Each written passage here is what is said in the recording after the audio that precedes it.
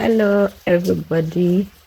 This is my farm, and we are going to be teaching you, or you're going to be having a whole walk with me on how to raise broilers from day old to 5 weeks. So, if you are new to farming, or you want to know how to raise broilers from day old, you want to know the kind of medicine to give them, you want to know how everything is done.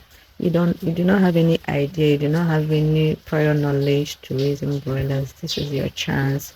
So this is the haul I'm going to be using. I'm going to start by prepping it, repairing the wires and everything to make it habitable for our broilers.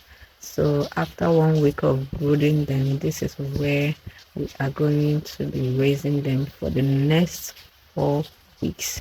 So you have to stay tuned to this page. You're going to learn the medicines, the vaccines, everything you need to raise a broiler from day old till 5 weeks. Thank you very much. I hope to see you in my next video. In my next video, I'm going to be bringing you another episode of how we prep this place. Bye.